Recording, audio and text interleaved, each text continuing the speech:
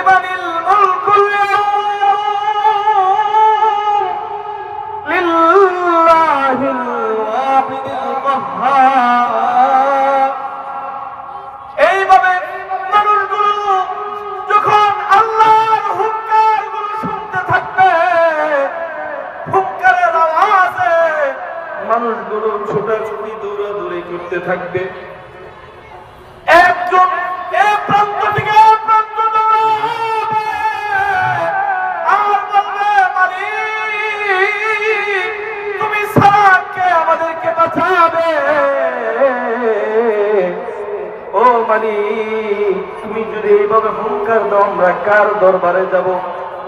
বাবারা আমার, এক লোক যার ব্যাপারে আল্লাহ তাআলা বলবে, ও বান্দা তুমি দুনিয়ার ভিতরে গুনাহ করেছো, অন্যায় করেছো, অপরাধ করেছো, জুলুম করেছো, অন্যায় হাজারি করেছো, খুনাখুনি করেছো, ওই যে যাও জাহান্নামের দিকে চলে যাও। বাবারে আমার, বান্দাটা হয়রান পেরেশান হইয়া তাকে যখন জাহান্নামের শিকল বেঁধে বের হবে, ইউরাফুল মুজরিমুনা বিসীমাহুম ফায়ুখাযু বিন-নাওয়াসি ওয়াল আকদাম। ইউরাফুল মুজরিমুনা বিসীমাহুম ফায়ুখাযু বিন-নাওয়াসি ওয়াল আকদাম।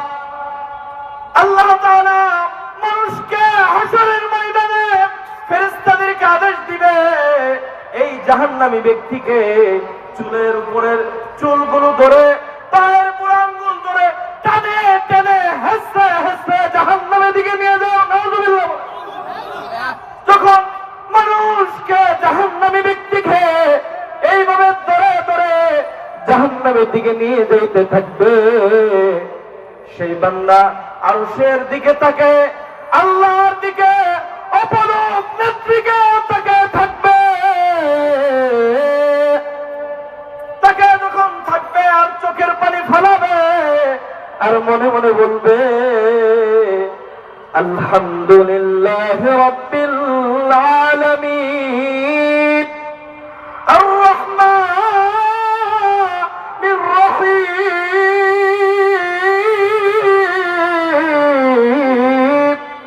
অগদময় মালিক আল্লাহ,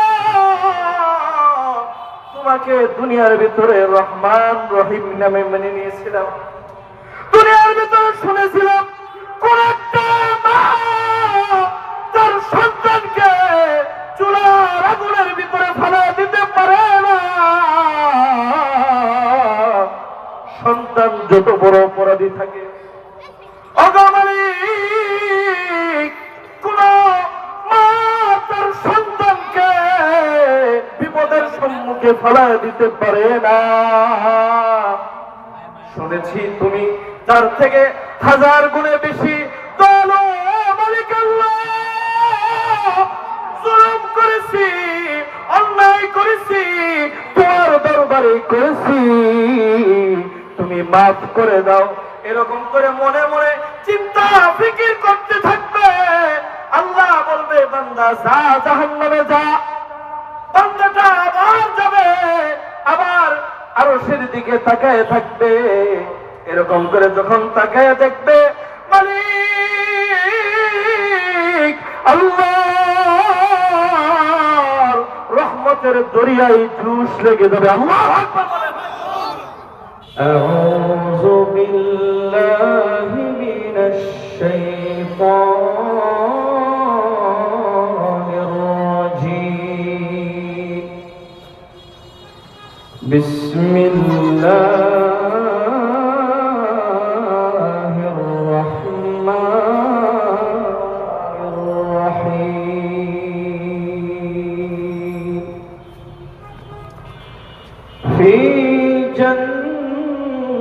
جنات يتساءلون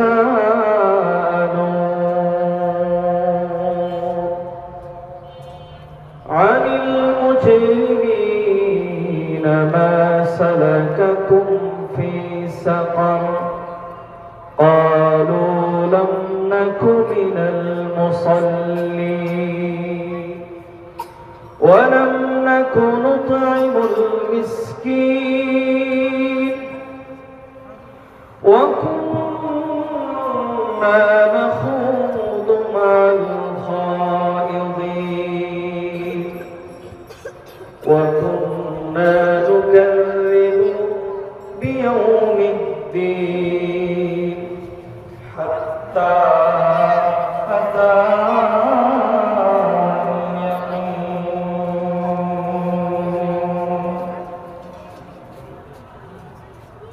সকলেই নামাজের দরুদ পড়ি। আল্লাহুম্মা সাল্লি আলা মুহাম্মাদিন ওয়া আলা আলি মুহাম্মাদ কামা সাল্লাইতা আলা ইব্রাহিম ওয়া আলা আলি ইব্রাহিম।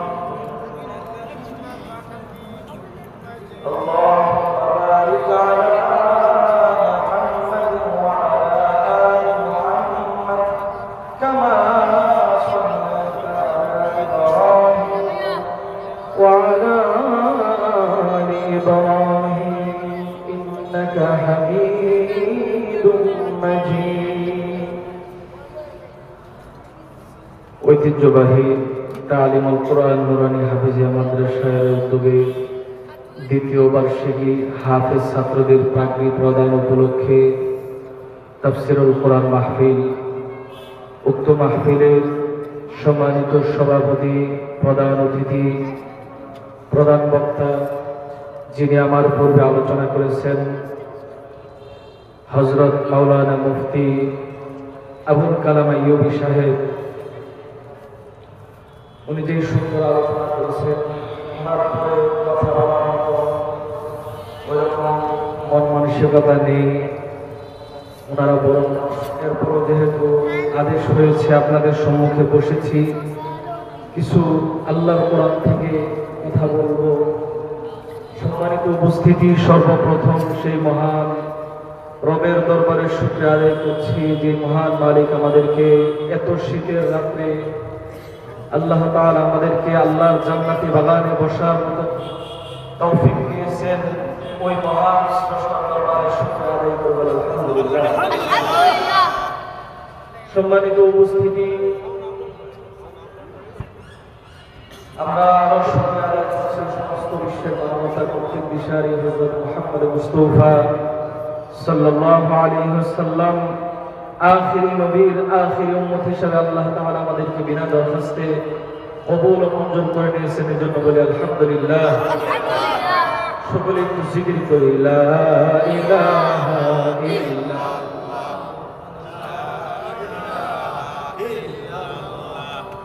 লা ইলাহা ইল্লাল্লাহ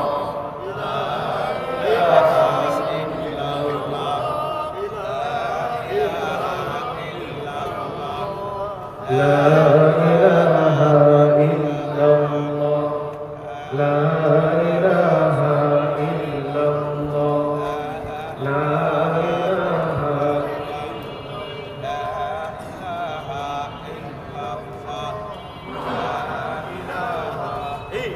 لا إله إلا الله محمد رسول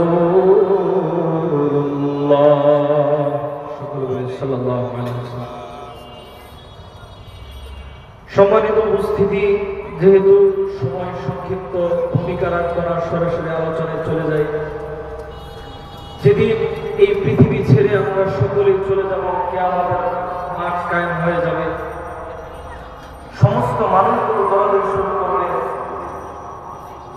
মনোযোগ দিয়ে একটু কথাটা শুনবে। যেদিন হাসরের ময়দান কায়েম হয়ে যাবে, আদাত উপরে সূর্য আসবে, জমিন তামাকাশা হয়ে যাবে, সমস্ত মানুষগুলো হয়রান পেরেশান হয়ে যাবে, মানুষগুলো ছুটাছুটি দৌড়াদৌড়ি করতে থাকবে, সমস্ত মানুষগুলো ইয়া নাফসি ইয়া নাফসি বলতে থাকবে। সেদিন এমন একটি বিভীষিকাময় অবস্থা হবে বাবা, সমস্ত মানুষগুলো ভয়ে থরথর করে কাঁপতে থাকবে। মানুষগুলো এ প্রান্ত থেকে ও প্রান্ত ছোটাছুটি করবে। মানুষগুলো এ প্রান্ত থেকে ও প্রান্ত দৌড়াদৌড়ি করবে। আল্লাহ তাআলা সেদিন জালালিয়াতুল কাহারিয়াতের রূপ ধারণ করবে। মালিক আল্লাহ সেদিন হাসরের ময়দানে হুঙ্কার দিবে, লিমানিল মুলকুল ইয়াউম লিল্লাহিল ওয়াহিদিল কাহ্হার। এইভাবে মানুষগুলো যখন আল্লাহর হুঙ্কারগুলো শুনতে থাকবে, হুঙ্কারের আওয়াজে মানুষগুলো ছোটাছুটি দৌড়াদৌড়ি করতে থাকবে। একজন এ প্রান্ত থেকে ও প্রান্ত দৌড়াবে আর বলবে, মালিক তুমি ছাড়া কে আমাদেরকে বাঁচাবে? ও মালিক তুমি যদি এইভাবে হুঙ্কার দাও আমরা কার দরবারে যাব? বাবারা আমার, এক লোক যার ব্যাপারে আল্লাহ তাআলা বলবে, ও বান্দা তুমি দুনিয়ার ভিতরে গুনাহ করেছো, অন্যায় করেছো, অপরাধ করেছো, জুলুম করেছো, অন্যায় হাজারি করেছো, খুনাখুনি করেছো, ওই যে যাও জাহান্নামের দিকে চলে যাও। বাবারে আমার, বান্দাটা হয়রান পেরেশান হইয়া তাকে যখন জাহান্নামের শিকল বেঁধা বের হবে, ইউরাফুল মুজরিমুনা বিসীমাহুম ফায়ুখাযু বিন নাওয়াসি ওয়াল আকদাম। ইউরাফুল মুজরিমুনা বিসীমাহুম ফায়ুখাযু বিন নাওয়াসি ওয়াল আকদাম। আল্লাহ তাআলা মানুষকে হাসরের ময়দানে ফেরেশতাদেরকে আদেশ দিবে, এই জাহান্নামী ব্যক্তিকে চুলের উপরের চুলগুলো ধরে, পায়ের বুড়ো আঙ্গুল ধরে টানে টেনে হেসে হেসে জাহান্নামের দিকে নিয়ে যাও। নাউযুবিল্লাহ। যখন মানুষকে জাহান্নামী ব্যক্তিকে এইভাবে ধরে ধরে জাহান্নামের দিকে নিয়ে যাইতে থাকবে, সেই বান্দা আরশের দিকে তাকে, আল্লাহর দিকে অপলক নেত্রীকে তাকে থাকবে। তাকে যখন থাকবে আর চোখের পানি ফেলাবে আর মনে মনে বলবে, আলহামদুলিল্লাহ রাব্বিল আলামিন আর রহমানির রহিম।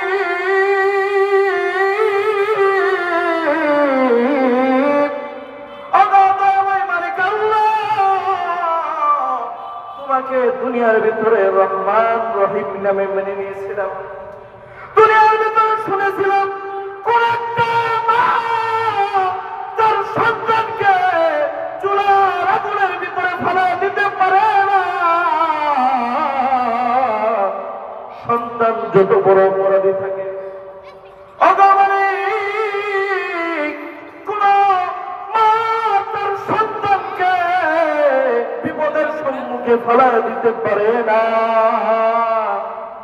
শুনেছি তুমি তার থেকে 1000 গুণে বেশি দয়ালু। মালিক আল্লাহ, জুলুম করেছি, অন্যায় করেছি, তোমার দরবারে করেছি, তুমি মাফ করে দাও। এরকম করে মনে মনে চিন্তা ফিকির করতে থাকবে। আল্লাহ বলবে, বান্দা যা জাহান্নামে যা। বান্দাটা আবার যাবে, আবার আরশের দিকে তাকায় থাকবে। এরকম করে যখন তাকায় দেখবে, মালিক আল্লাহর রহমতের দরিয়ায় জুস লেগে যাবে। আল্লাহু আকবার বলেন। দরিয়ায় জুস লেগে যাবে। এবার মালিক আল্লাহ বলবে, ও বান্দা, কেন আমার দিকে বারবার ফিরে তাকাও তুমি? বান্দা বলবে, ও দয়াময় মালিক আল্লাহ, অপরাধ করেছি, আমি জানি আজকে তুমি আমাকে জাহান্নামে দিবা। ও মালিক, শুনেছিলাম তোমার দয়া নাকি মার চেয়ে বেশি। ও মালিক, তোমার দয়া শুনেছিলাম মার চেয়ে বেশি।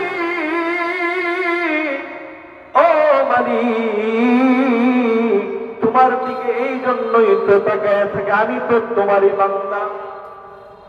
এইভাবে যখন বান্দা বলবে আর চোখের পানিগুলো ছেড়ে দিবে,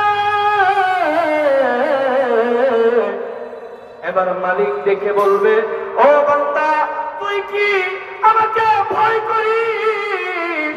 তুই কি আমাকে রব হিসেবে মেনে নিয়েছিলি?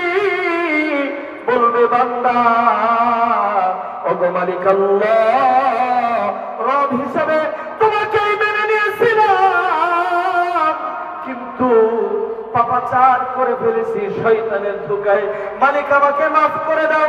এবার আল্লাহ বলবে, ও বান্দা, যা যা, তোর পিছনের জিন্দেগির গুনাহগুলো মাফ করে আমি আল্লাহ তোকে জান্নাত দিয়ে দিলাম। আল্লাহু আকবার বলেন। আল্লাহ নবী হাদিসের ভিতরে বলেন, আল্লাহুম্মা হাসিবনা হিসাবান ইয়াসীরা। এই আয়াত দিয়ে, এই হাদিস দিয়ে যারা দোয়া করেছে,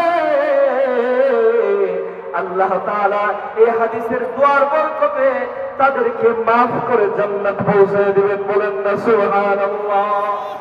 বাবাজিরা আমার, যে তরফ করেছিলাম, যেহেতু সময় সংক্ষিপ্ত, হাসরের ময়দানে মানুষগুলো জান্নাতে এবং জাহান্নামে যেতে থাকবে।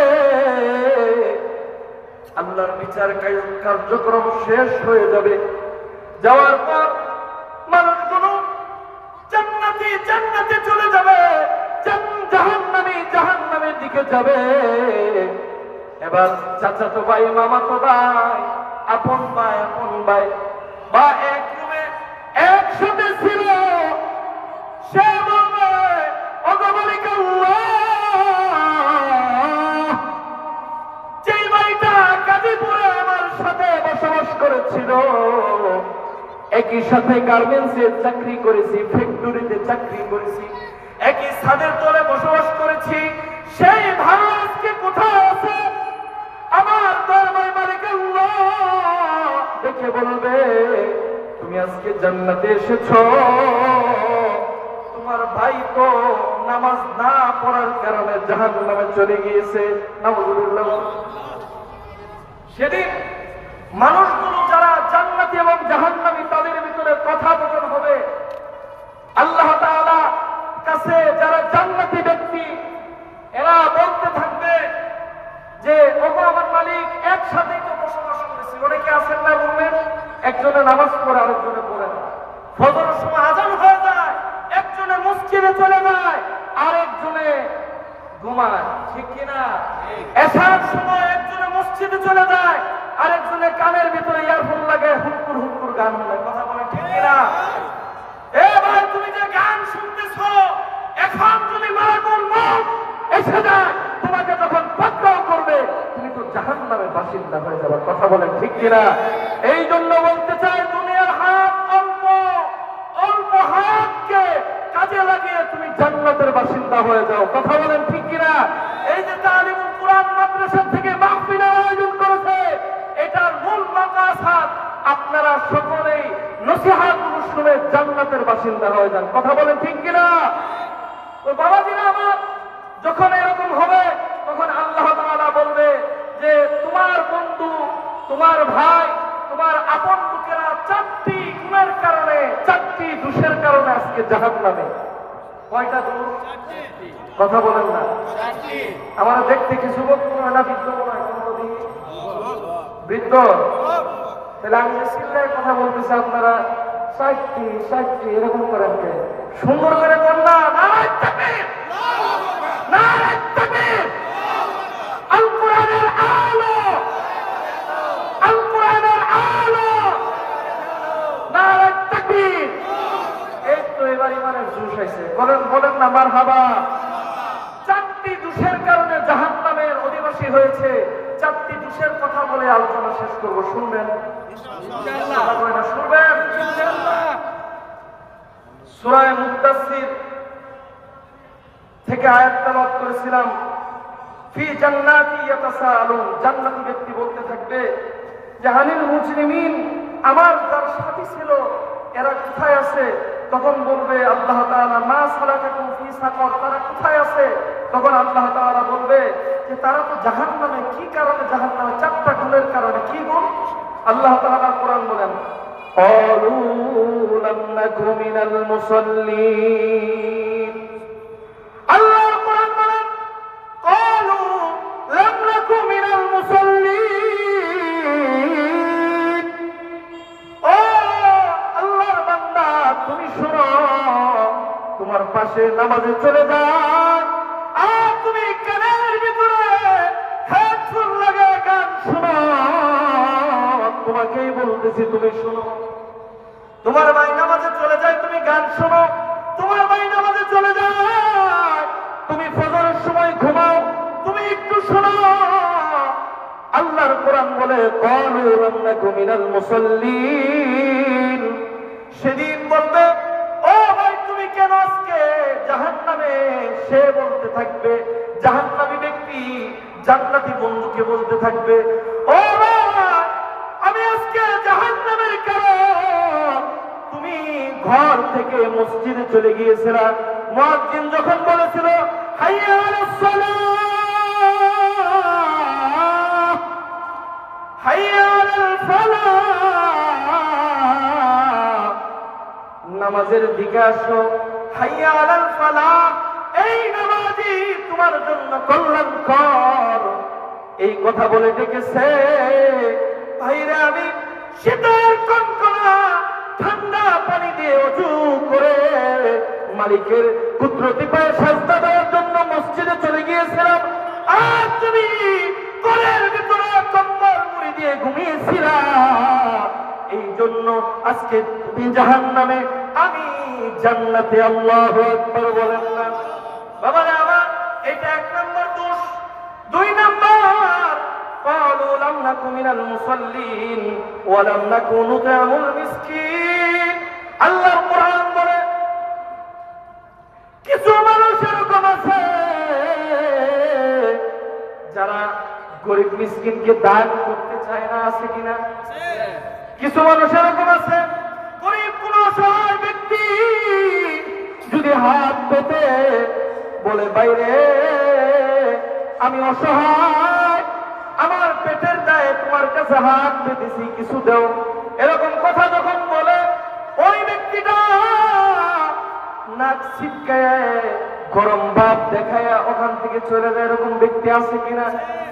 এবং কিছু মানুষ এরকম আছে এতিমের ধন সম্পদ আত্মসাৎ করার জন্য নিজের ভাইয়ের ছেলে আছে, নিজের ভাইয়ের মেয়ে আছে, নিজের ভাই ইন্তেকাল করেছে, তাদের ধন সম্পদ আত্মসাৎ করার জন্য সে উঠে পড়ে লেগে যায় এবং খুব মায়া মহব্বত দেখায়। কথা বলেন ঠিক কিনা?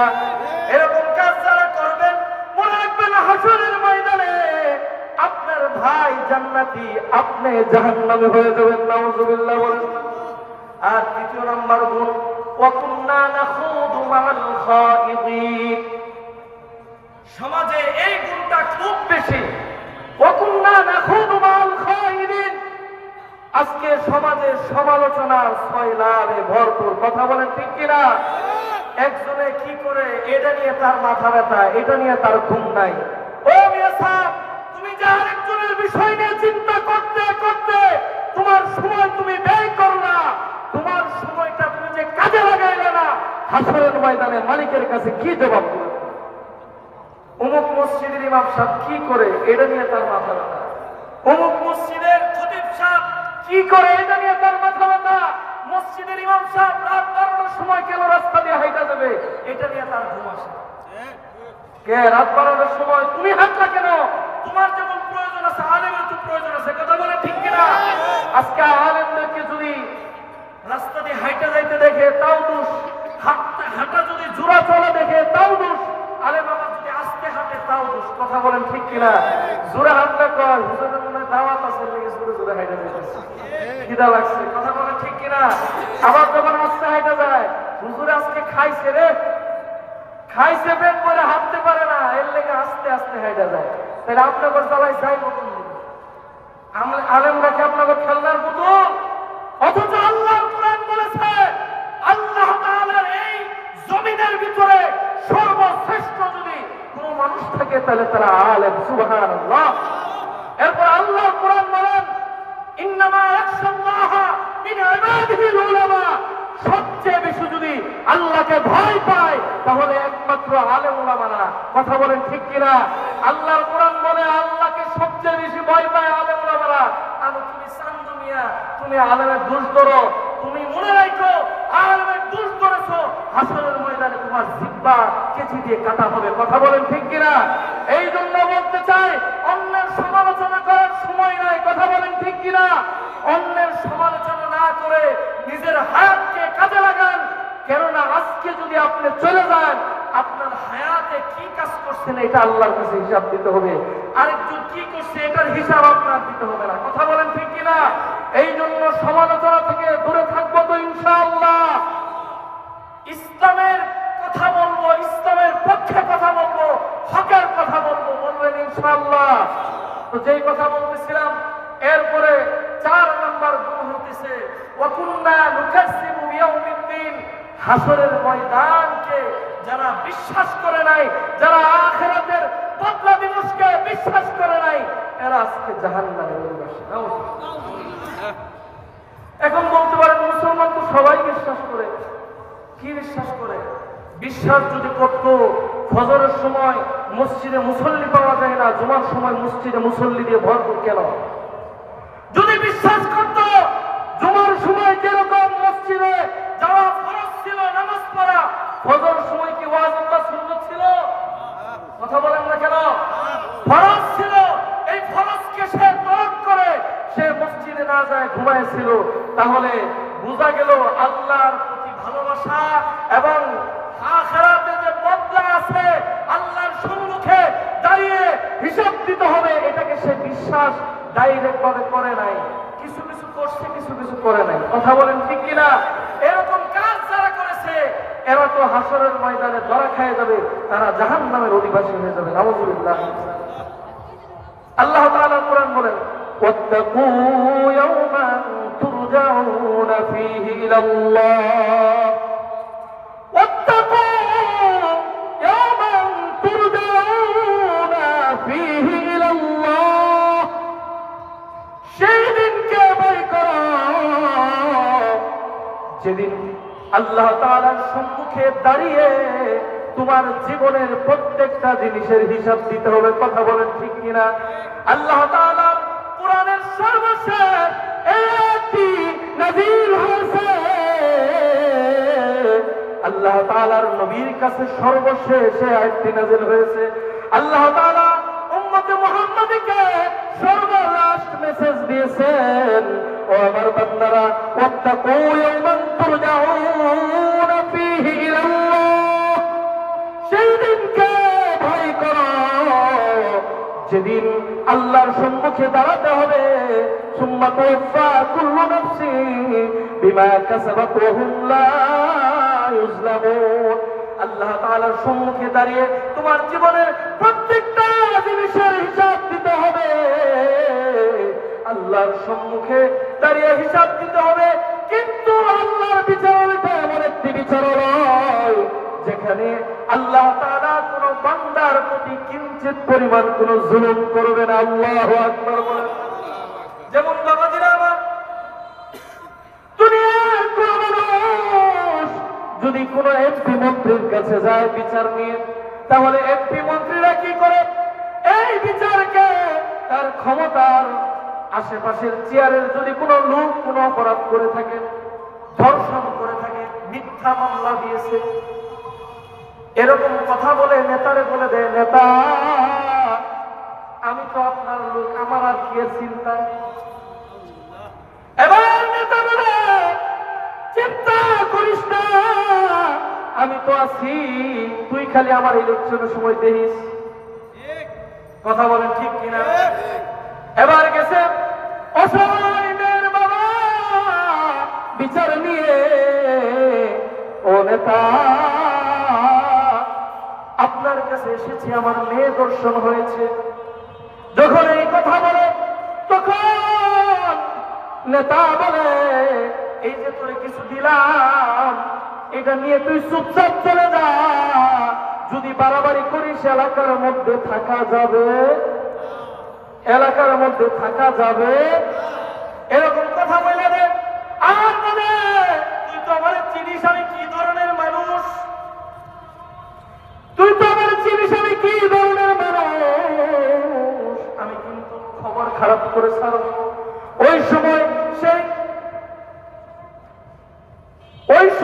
সেই ব্যক্তি না পারে সহ্য করতে, না পারে পেটের ভিতরে চাপা দিতে, সে তখন হাইটা হাইটা বাড়িতে যায় আর বুক ফাটা কান্না আর্থনা তার মালিককে বলে, মালিক তুমি দেখিও, তুমি ছাড়া আমার আর কেউ নাই। কথা বলেন ঠিক কিনা? এই জন্য বলি বাবা, আল্লাহর বিচার আর দুনিয়ার বিচার এক না। কথা বলেন ঠিক কিনা?